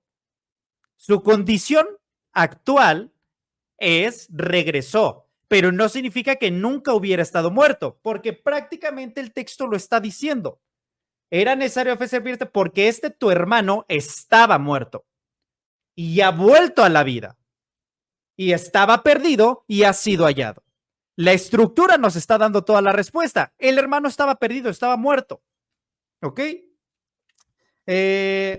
La imposibilidad de la regeneración, más bien, la regeneración no indica la imposibilidad de caer. Y esto lo vemos nuevamente con una pregunta bastante esencial. Si somos regenerados y no podemos caer de la gracia, ¿por qué pecamos? Esa es una pregunta esencial. ¿Por qué? Porque si se supone que somos creyentes, no deberíamos de pecar, por lo que dice Juan capítulo, la primera carta de Juan. Porque dice que aquel que peca no conoce a Dios. Entonces, ¿qué estamos haciendo? ¿Qué estamos entendiendo? No indica ninguna clase de pérdida de la libertad. Y esto incluye la libertad de apartarse. Nuevamente, la palabra apostasía solamente aplica a aquellos que son creyentes. Y esto lo vemos igual aquí en el capítulo de Lucas 15. Este capítulo de Lucas 15 nos indica que el hijo pródigo estaba muerto. Nunca perdió su libertad de apartarse porque fue su decisión alejarse. En 2 Timoteo, a ver, 2 Timoteo lo que dice es lo siguiente. Lo mencionó también Moro. 2 Timoteo capítulo 2, versículo 12. Si perseveramos, también reinaremos con él. ¿Hay una condicional, sí o no? La condicional es sí, si perseveramos. Si lo negamos, él también nos negará. ¿Hay una condición para no ser negados? Sí, si no le negamos. Si somos infieles, él permanece fiel, pues no puede negarse a sí mismo. Aquí no está hablando de que aun si nosotros nos apartamos, él permanece fiel. No. Aquí está hablando de una negación de la existencia de Dios. La palabra infiel es la palabra para creencia, para fidelidad en el creer. Él permanece fiel, pues no puede negarse a sí mismo. La idea está conectada, no se puede desprender. ¿A qué se refiere eso? Que aun cuando nosotros negaremos que Él es Dios o que existe Dios, Él no puede negar su propia esencia porque Él es el que es. Entonces no está hablando de no perder la salvación. ¿Cuántos segundos me quedan? 5 segundos, 4, 3. La salvación 2. se puede perder. Bueno, ya. Bien, qué bueno, ya. Ahora sí, hermanos, viene el tiempo picante de las preguntas. Permítanme enfocar bien mi cámara, disculpen, que me ando moviendo yo. Ya, antes de pasar al tiempo de las preguntas, quiero saludar, que nos están honrando con su presencia. El hermano Edgar por ahí saludó en un momento. El hermano Veloz nos está honrando con su presencia también aquí. El doctor Carlos Andrés Moore también nos honra con su presencia. Incluso nos visita el licenciado Guido Rojas, también está comentando en el chat. Así que hermanos, pónganle bueno, pónganle picante. Tenemos gente de peso aquí escuchando. Y bien, entonces, si no me equivoco, el hermano Moro iniciaría con la pregunta, ¿no? Si quieres, dale tú, Chelo, yo inicié con la argumentación. Va. Bueno, ya, es por acuerdo de ustedes dos. El hermano Sherlock empieza con la primera pregunta. Son 3 preguntas cada uno. 1 minuto para preguntar y 3 para responder. Hermano Sherlock, 1 minuto para preguntar. Permíteme reiniciar el cronómetro. A ver, ya, todo listo. Empiezas tu pregunta en 3, 2, 1. Corre 1 minuto. Bien. Si la palabra apostasía, etimológicamente y en el contexto de la escritura, significa desprenderse, desligarse o separarse de, ¿por qué sostendrías que un apóstata nunca fue creyente si eso va en contra del mismo contexto en el que aparece la palabra y en contra de la misma definición de la misma en su etimología? Ok. ¿Ya puedo responder? Sí. Okay. Sí entendió la pregunta, ¿no? Ya entendió. Sí, lo entendí. Reiniciar el cronómetro en 3, 2, 1, responde, dale. Bien, buena pregunta, mi estimado hermano. La verdad, la definición de la apostasía tiene distintas definiciones. Y no saqué definiciones conforme a ideas calvinistas ni contrario. Simplemente, como tiene diversas definiciones, yo me adjunto a la palabra de Dios. Como te acabo de citar en 2 de Tesalonicenses, que no abordaste el versículo, que dice lo siguiente. Estoy agitado, perdónenme. Y con todo el engaño de iniquidad para los que se pierden, porque no recibieron el amor de la verdad para ser salvos. Por esto Dios les enviará un poder engañoso. ¿Quién mandó el poder engañoso? Porque según tu postura es que puedes apostatar, ya sea negando la fe o negando la fe, para que crean en la mentira, a fin de que sean juzgados todos los que no creyeron en la verdad, sino que se complacieron en la iniquidad. Esa es mi respuesta. Yo me adhiero a la definición bíblica. Hermano, solamente has tomado 1 minuto, te quedan 2 minutos. ¿Quieres responder algo más? 2 minutos. Bien, entonces esa fue la respuesta del hermano Moro. Permíteme reiniciar el cronómetro. Hermano Moro, te toca tu primera pregunta. Empiezas con tu pregunta, 1 minuto en 3, 2, 1. Haz la pregunta, Moro. Perdón, ¿puede parar? Moderador, o bueno, Sherlock, no sé si después de la pregunta quisiéramos como dar una retroalimentación de lo que respondimos, o así. No sé, tú decides, bro. No, yo no lo indiqué porque justamente se los iba a preguntar, porque ustedes no han colocado en el formato tiempo para la contrarrespuesta. Sí, no lo Pero pusimos. el Sí, sí. contrarresponder, no sé si ustedes lo van a considerar necesario, yo lo diría, porque date cuenta que estás ocupando poco tiempo para responder, así que contrarresponder un argumento de un minuto no se depende de todos ustedes. Si quieres darle, Sherlock, una retroalimentación. Una contrarrespuesta, Sí, exacto. Mm, ya, una O contrarrespuesta, sí, si quieres, mi Sherlock, hermano, o sea, si dices que no. que la contrarrespuesta sea de 2 minutos, ¿les sí, parece? eso iba a recalcar, eso iba a recalcar. Sí. Por eso Sí, iba a esperar que tomen la decisión para que demos el tiempo. Entonces, te tocaría una contrarrespuesta entonces para ser justos, ¿no? Una sí. contrarrespuesta de 2 minutos para Sherlock.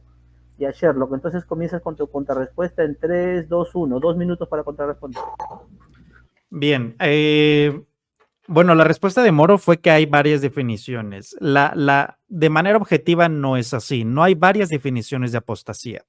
La definición que yo obtengo viene exclusivamente del contexto escritural y de la etimología de la palabra.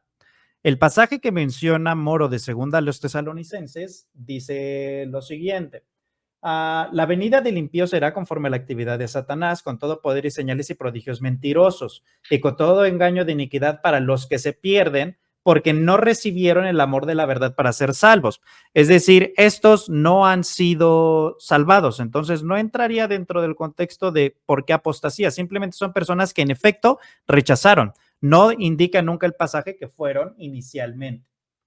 Entonces no veo alguna respuesta sólida, pero sí, en efecto, no hay varias definiciones en la escritura de apostasía. No hay varias definiciones. Bien, como han acordado 2 minutos, te queda todavía un minuto entero para contrarrefutar, se puede contrarresponder. ¿Te Así quedas está ahí? bien. Sí. Ya, entonces permíteme reiniciar el cronómetro. Entonces ahora sí nos toca la primera pregunta del hermano Moro. Hermano Moro, en 3, 2, 1, un minuto para tu primera pregunta, dale. Ok, ahí te va, Sherlock. La postura arminiana también sostiene un tipo de predestinación, ¿cierto? Si la predestinación es desde antes de la fundación del mundo, o sea, preconversión, antes de ser llamados en esta vida terrenal, ¿cómo es que si somos predestinados podemos perder la salvación?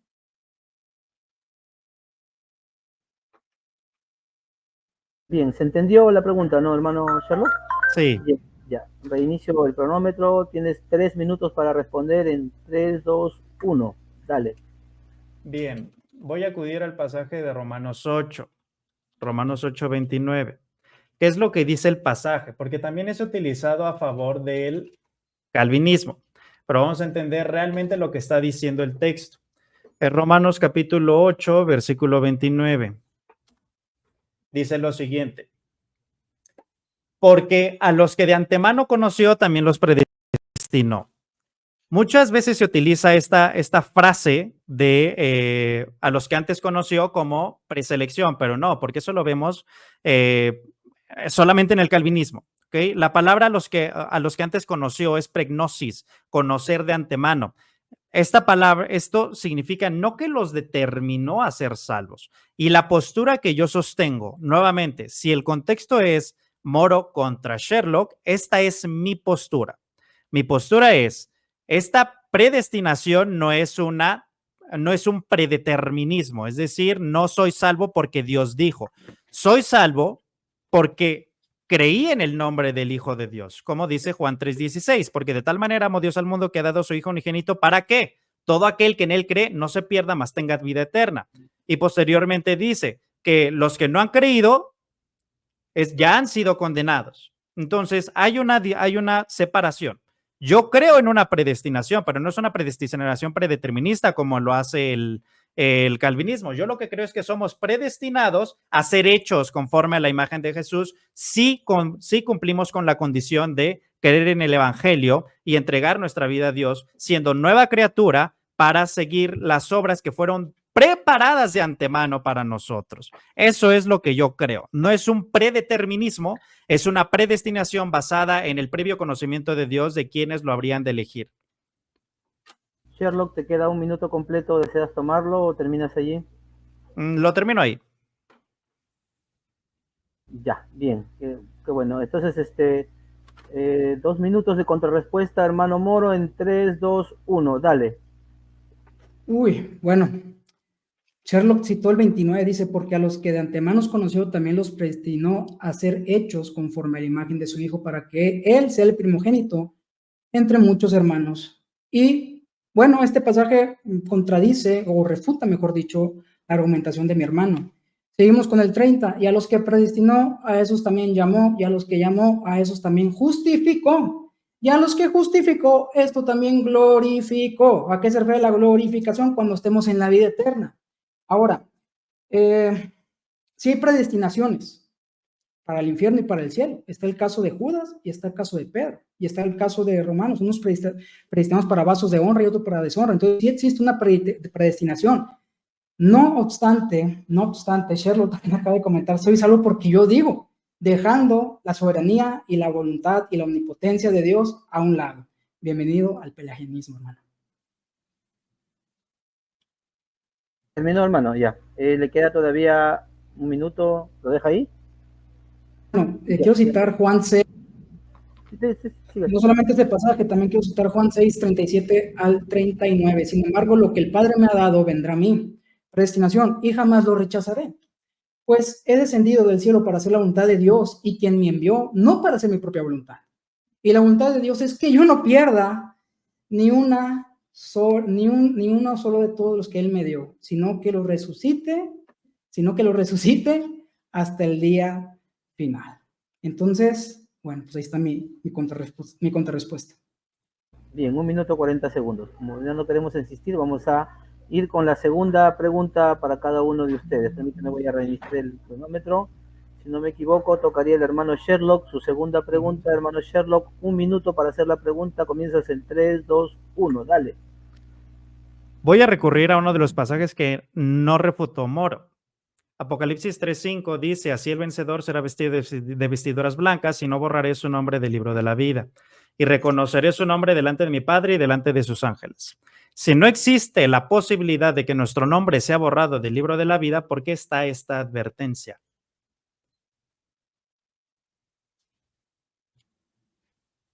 Disculpe, me desconcentró una llamada telefónica. Bien, hermano Moro, 3 minutos de respuesta en 3, permíteme reiniciar el cronómetro un momento. 3 minutos de respuesta, hermano Moro, en 3, 2, 1, dale. Ok, vamos a entrar al contexto de Apocalipsis. Apocalipsis viene un mensaje para 7 iglesias, ¿no? Y habla sobre los tiempos finales, en el cual el segundo Tesalonicenses dice que vendrán muchos espíritus de engaño. Entonces, vamos a leer todo el pasaje y escribe al ángel de la iglesia de Sardis. El que tiene los 7 espíritus de Dios y las 7 estrellas dice esto: yo conozco tus obras, que tienes nombre de que vives, pero estás muerto. Estás muerto. Ponte en vela y afirma las cosas que quedan, que estaban a punto de morir, porque no he hallado completas tus obras delante de Dios. Acuérdate pues de lo que has recibido y oído, guárdalo y arrepiéntete. Por tanto, si no velas, vendré como ladrón y no sabrás a qué hora vendré sobre ti. Pero tienes unos pocos en Sardis que no han manchado sus vestiduras. Andarán conmigo vestidos de blanco porque son dignos. Así el vencedor será vestido de vestiduras blancas y no borraré su nombre del libro de la vida. Y reconoceré su nombre delante de mí y de sus ángeles. ¿Ok? Como este es un libro escatológico, habla acerca de los tiempos finales. Y ojo con esto, hermanos, ojo con esto. No porque aparentemente pueda ser una amenaza, más bien es una advertencia. Como dijo el rey David, Señor, escudriña mi corazón y saca de mí los pecados, ¿no? Para ver si somos aprobados ante ti, si realmente tenemos una fe genuina como los tuvieron tus hombres del pasado. Vemos, por ejemplo, los Hebreos 11, los héroes de la fe, vemos hombres que realmente sus obras, como dice aquí, estaban muertos, pero al final hubo una conciencia, o mejor dicho, estuvo el Espíritu Santo intercediendo. Voy a apelar, por ejemplo, a Gedeón. Gedeón dice, Señor, en los últimos tiempos, a pesar de que había errado en todos sus deberes, porque Dios le había dado deberes que no podía hacer, por ejemplo, tocar muertos, casarse con filisteas, cortarse el cabello, tomar vino, todo eso se la cerró.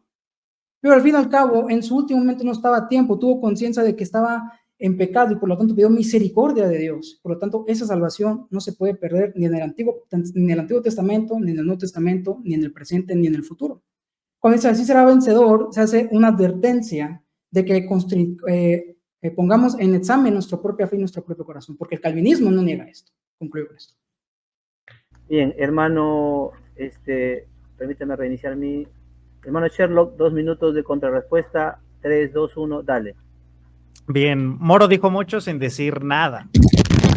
El texto de Apocalipsis dice lo siguiente: pero tienes unos pocos en Sardis que no han manchado sus vestiduras.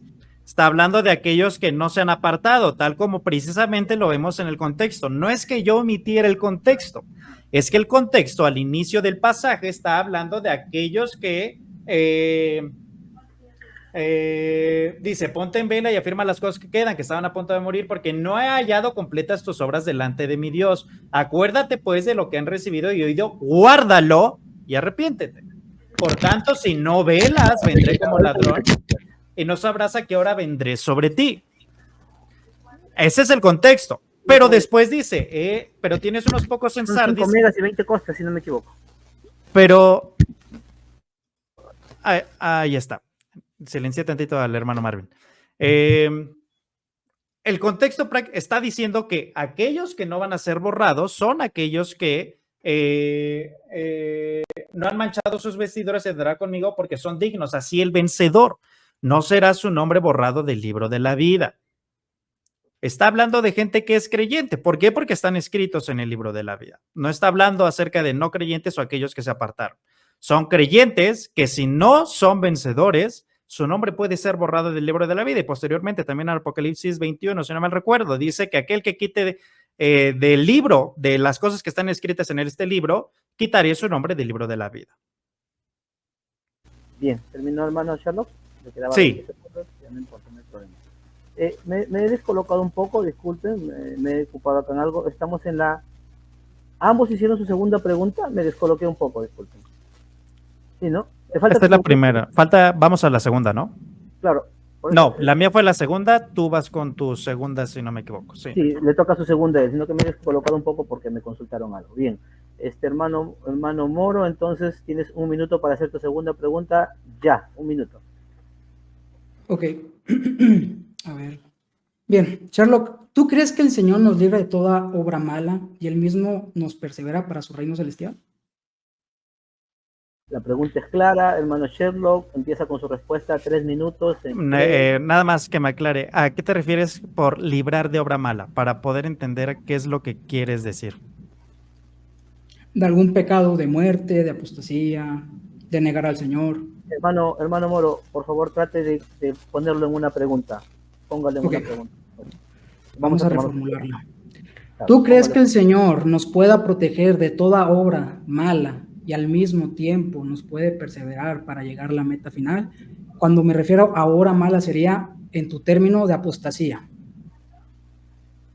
Ok. Bien, ahí ya lo hizo pregunta. Hermano Sherlock, ¿está listo? Sí. Bien. Hermano Sherlock, 3 minutos para contestar la pregunta. En 3, 2, 1, dale. La respuesta rápida es sí, yo creo que Dios puede, pero no quita la responsabilidad humana. ¿A qué me refiero con esto? Bueno, en Judas podemos ver que el texto tal cual dice, aquel que es poderoso para guardarlo sin caída, ¿ok? Pero nunca quita la responsabilidad. ¿Por qué? Porque una y otra vez vemos, Pablo lo dice, permanezcan, manténganse en la palabra. Jesús mismo dice, aquel que en mí no permanece. Entonces, ¿qué es lo que implica? La voluntad del ser humano tiene que estar arraigada al Señor. Si está arraigada, entonces el Señor completa la obra tal como vemos en Filipenses. ¿Pero qué significa esto? ¿Que perdemos, que no existe la posibilidad de perder la salvación? No. ¿Por qué? Porque una y otra vez encontramos en la Escritura de que es necesario permanecer. ¿Por qué existiría pasajes como Juan, capítulo 15, que menciona que aquel que en mí no permanece? ¿Quiénes son aquellos que no permanecen? No pueden decir que aquellos que no son salvos, porque aquellos que no son salvos nunca estuvieron. Pero en Juan, capítulo 15, vemos que aquel que permanece en él lleva mucho fruto, porque separados de él nada podemos hacer. La condición siempre es esa, permanecer en el Señor, permanecer en Cristo para poder llevar mucho fruto. Y es así como Él continuó la obra hasta el día del Señor. Es así como Él nos protege de aquel que es poderoso para guardarnos sin caída. Pero dice que aquel Aquel que no permanece es cortado y echado fuera. Esa es mi respuesta. Bien, hermano Sherlock, ocupó solamente 2 minutos, le queda prácticamente un minuto completo. ¿No quiere agregar algo más? No, así está bien. Ya, bien, hermano Moro, 2 minutos de contrarrespuesta, ¿está listo? Confírmeme que está listo para 2 minutos de contrarrespuesta. Permítame poquito, es que lo que pasa es que he tenido problemas con la compu y se me está trabando. Si quiere, deme 5 segunditos, a ver qué onda. Claro, trata de... A ver, ok. Esperamos tu contrarrespuesta y pasaríamos después a la tercera y última pregunta. Ok, ya. A ver. Sí, con calma, con calma. La computadora está ya es que como que se frisea y se ve lento y tengo que abrir unas pestañas. Ya, ahora sí. Claro. Trata de apagar las que no usas, para que... ¿Mande, perdón? Que trates de cerrar las pestañas que no usas para que no te sobre... Ah, sí, muy bien. Claro. Muchas gracias. Bueno, mi estimado Sherlock... Para empezar el tiempo. 2 minutos de contrarrespuesta en 3, 2, ya. Ok, mi estimado Sherlock acaba de comentar, bueno, lo ha afirmado en varias ocasiones en este debate, que la voluntad del hombre tiene que estar sujeta a la voluntad de Dios. Y yo creo totalmente eso. Pero vamos a leer rapidísimo Jeremías 32. Dice, ciertamente traeré de regreso a mi pueblo de todos los países en donde los esparcí en mi furor. Lo traeré de regreso a esta misma ciudad para que viva en paz y seguridad. Ellos serán mi pueblo y yo seré su Dios. Les daré, fíjense, este es el pasaje principal, los 2 versículos al final. Les daré un solo corazón y un solo propósito, adorarme para siempre, para su propio bien. O sea, aquí Dios nos cambia la naturaleza para que tengamos una voluntad conforme a Él le agrada y el bien de todos sus descendientes. Y ahora, haré un pacto eterno con ellos, nunca dejaré de hacerles bien, fíjense con esto, pondré en el corazón de ellos el deseo de adorarme y nunca me dejarán. ¿Quién pone esto? Pondré en el corazón, ¿quién está hablando aquí? El todopoderoso Señor inmutable. Bien, vamos otra vez bueno, esta palabra se cumple en Hebreos 2 veces, hermanos, fíjense, Hebreos, que es una carta de muchas advertencias. Dice aquí en el 8, cuando Dios encontró defectos en el pueblo, dijo, citando Jeremías, se acerca el día, dice el Señor, en que haré un nuevo pacto con el pueblo de Israel y Judá. Este pacto no será como el que hice con sus antepasados, dejando atrás el sacerdocio, dejando atrás el antiguo pacto. Cuando los tome de la mano y ellos los saque de la tierra de Egipto. Ellos no permanecieron fieles a mi pacto, por eso les di la espalda, dice el Señor. Pero este nuevo pacto que haré con el pueblo de Israel, en ese día, dice el Señor, pondré mis leyes en su mente y las escribiré en sus corazones. Yo seré su Dios y ellos serán mi pueblo. Y no habrá necesidad de enseñar a sus vecinos, ni habrá necesidad de enseñar a sus parientes, diciendo, deberías conocer al Señor, pues todos ya me conocerán, desde el más pequeño hasta el más grande. Vamos otra vez con la confirmación de Hebreos, hermanos. Hebreos dice, y el Espíritu Santo, porque hemos dicho, ¿quién es el...? ¿Mande? Te acabó tu tiempo de contrarrespuesta. Ni modo. Bueno, así está bien. Tratemos de mantenernos en el tiempo, ya. Ahora sí viene la tercera y última pregunta. Tratemos de hacer una pregunta clave. Hermano Sherlock, si no me equivoco, te toca tu tercera y última pregunta. Sí, Rosalina, ahí está. Ya, en 3, 2, 1, hermano Sherlock, 1 minuto para hacer tu pregunta. Dale. Bien. Voy a recurrir a la argumentación lógica que sostuve al principio. La salvación tiene un requisito. El requisito para la salvación es la fe. Si tengo fe, entonces soy salvo. Si renuncio a la fe que tengo, entonces ya no cumplo con el requisito para ser salvo. Por lo tanto, dejo de ser salvo. Estamos de acuerdo que la salvación tiene un requisito, que es la fe. Y en la Escritura se nos manda que debemos retener esa fe. ¿Puede un creyente pecar posteriormente a recibir la salvación? Y si sí, ¿este pecado puede ser la apostasía? ¿Sí o no? ¿Y por qué? ¿Entendió, hermano Moro, la pregunta? El pecado que te hace referencia es la apostasía. Sí. Okay. ¿Entendió la respuesta, la pregunta? Pero ya, vamos. Perfecto, sí. En un momento, reinicio tienes tus 3 minutos de respuesta en 3, 2, 1, dale. Ok. No se puede pecar a base de la apostasía conforme a la definición que tú tienes. Ciertamente los hermanos se pueden perder, como hay casos en las Escrituras, como hay casos, por ejemplo, en el Lucas 15, que se perdieron por un tiempo, pero nunca fueron perdidos totalmente la salvación. Apostataron, literalmente el hijo dijo, muérete al padre, dame la herencia. Y bueno, ¿cómo es que no podemos hacer esto? Con el pacto que te acabo de comentar, Jeremías 32, Hebreos 8, del 6 al 11, y voy a terminar con esto.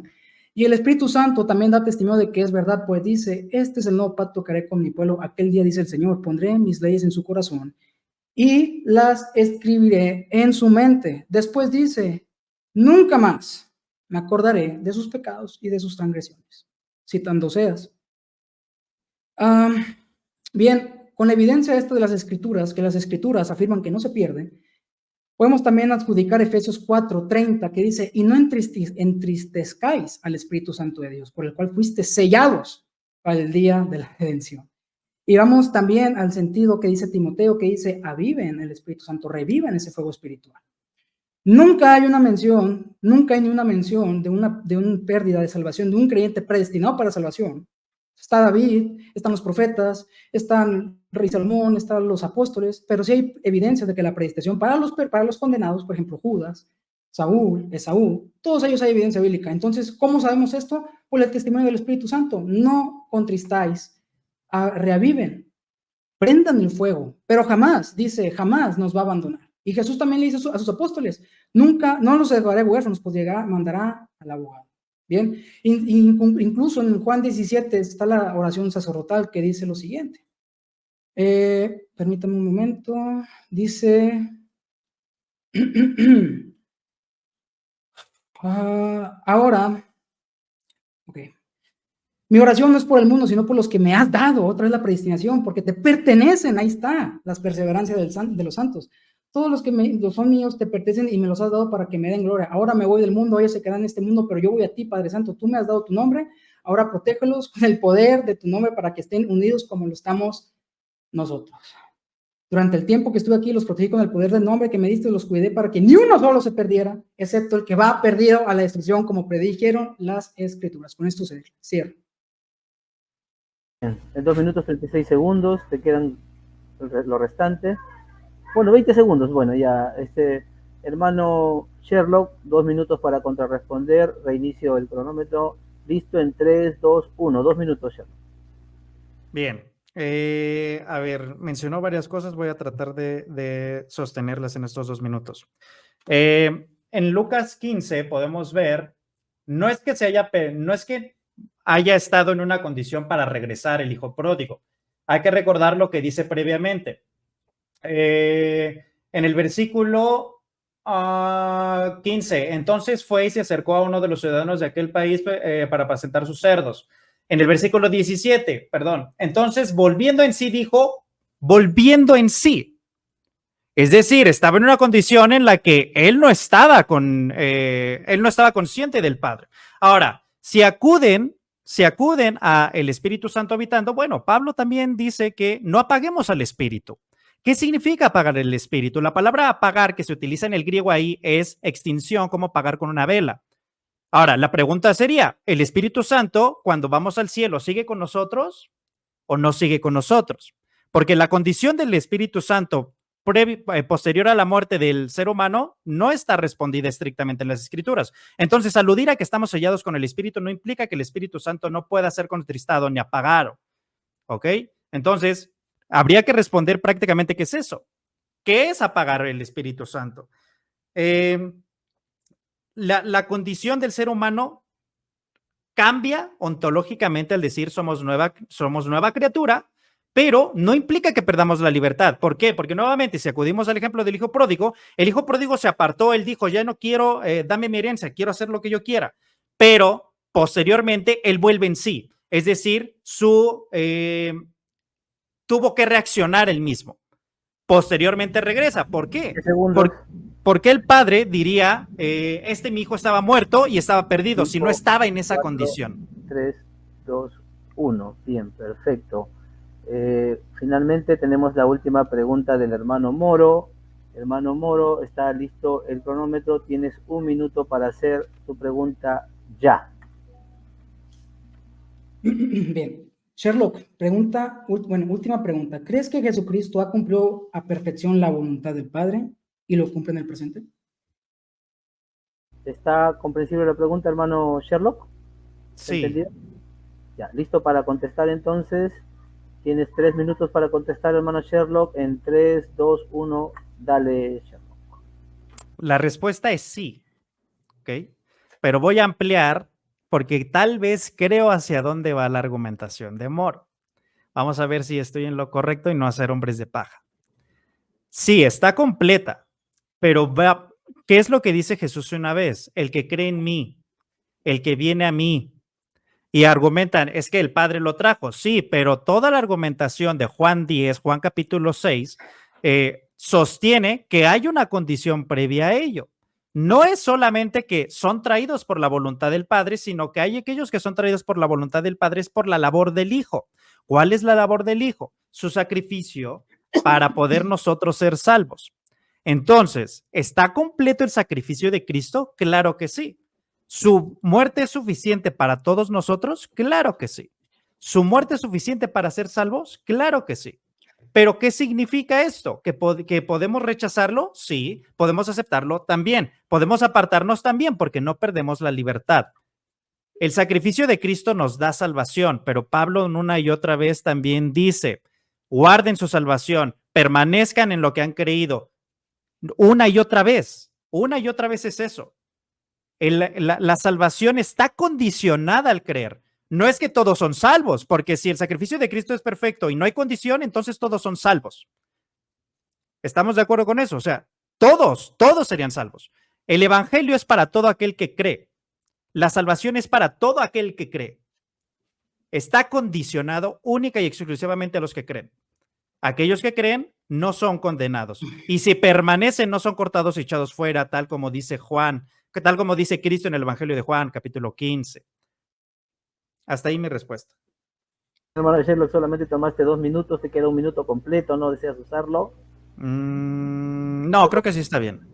Bien, entonces reinicio mi cronómetro. Hermano Moro, 2 minutos para contrarrefutar en 3, 2, 1, ya.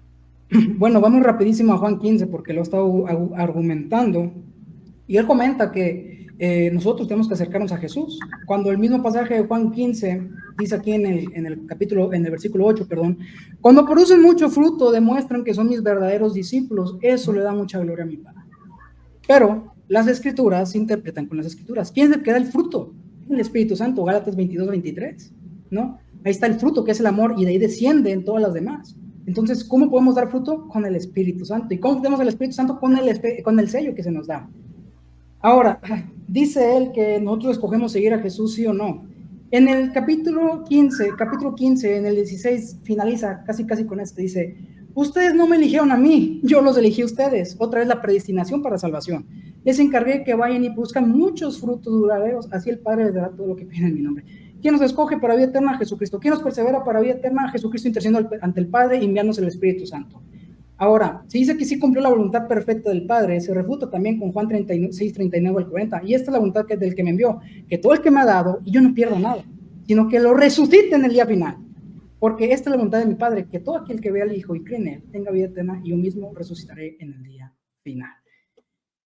Y con esto finalizo mi respuesta. Entonces, Sherlock, si dice que nosotros escogemos a Jesús y pone un pasaje que dice que él nos escoge a nosotros, está cayendo en pelagianismo.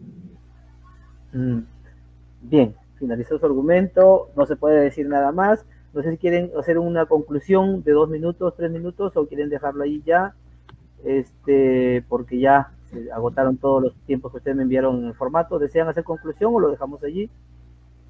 Una conclusión de que 2 minutos creo que estaría bien. Es la despedida, ¿no?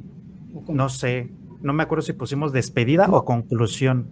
No, sí pusimos despedida, hermano, pero si quieres, dale una conclusión y despedida. No hay tema. Bueno, conclusión y despedida que sea de 3 minutos, por parte de cada uno. ¿Parece? Conclusión y despedida de 3 minutos.